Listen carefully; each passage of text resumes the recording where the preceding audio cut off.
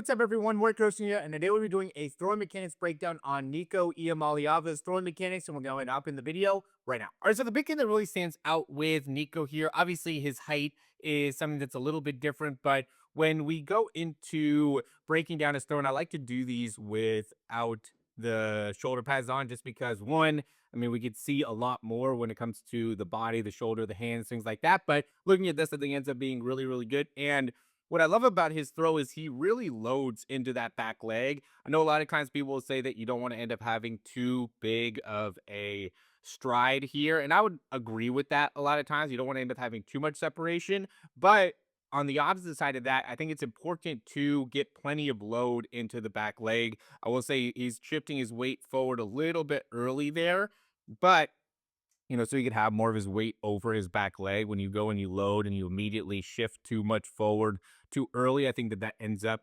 making this so then you could get a lot of your weight in front a little bit sooner than you want to. But the thing that really stands out is when he's loading, how he does a good job of just maintaining a good elbow height position. I see a lot of quarterbacks struggle with this, and so I want to be able to just showcase an athlete who is able to do a good job of maintaining a good elbow height position. So we can see where the ball starts and then he kind of drops it down a little bit here. So it's here.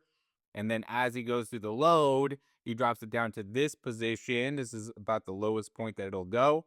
And while he's doing that, he's getting the elbow to about the same height as the shoulder. And then from there, he really does a good job of being able to get plenty of rotation within the wrist. I think it's important to understand that as you get into this position, it works out with the elbow height here with this line. But you really want to be active with the wrist as you're coming through. And I think that's the key to making it so then we can maintain the right elbow height, because you're going to end up putting a lot of stress on the muscles of the shoulder, like the medial delt or lateral delt is going to be straining here to make it so then you can maintain that elbow height as you're going through the throw. And the better we can maintain, I think a good wrist action or continual wrist action allows you to be able to prevent the hand going too far back behind the head, and also making it so we can get the elbow at the right height to complete the throw, which is at the end of the day, the main thing that we're trying to accomplish here as we're shifting the weight forward onto the front leg. Again, we'll take a look on this one. Sinks down, and we can take a look at the time it takes for him to get the ball out of his hands as well. Starts at 1-6. So he sinks down into that back hip. Boom. Really good. Really like that position. And then comes right forward and through, gets the ball out of his hands by 4-6. So that's under 0.3 seconds with the release time, which is exactly where you want it to be. And again, a big part of that is we can see the ball height. So the elbow height, ball height, that doesn't end up being a big part of it. But we can see that the position of the ball, and then from here, active with the wrist. Okay, what active with the wrist means every single time I go another one of the frames, notice how the ball is constantly turning.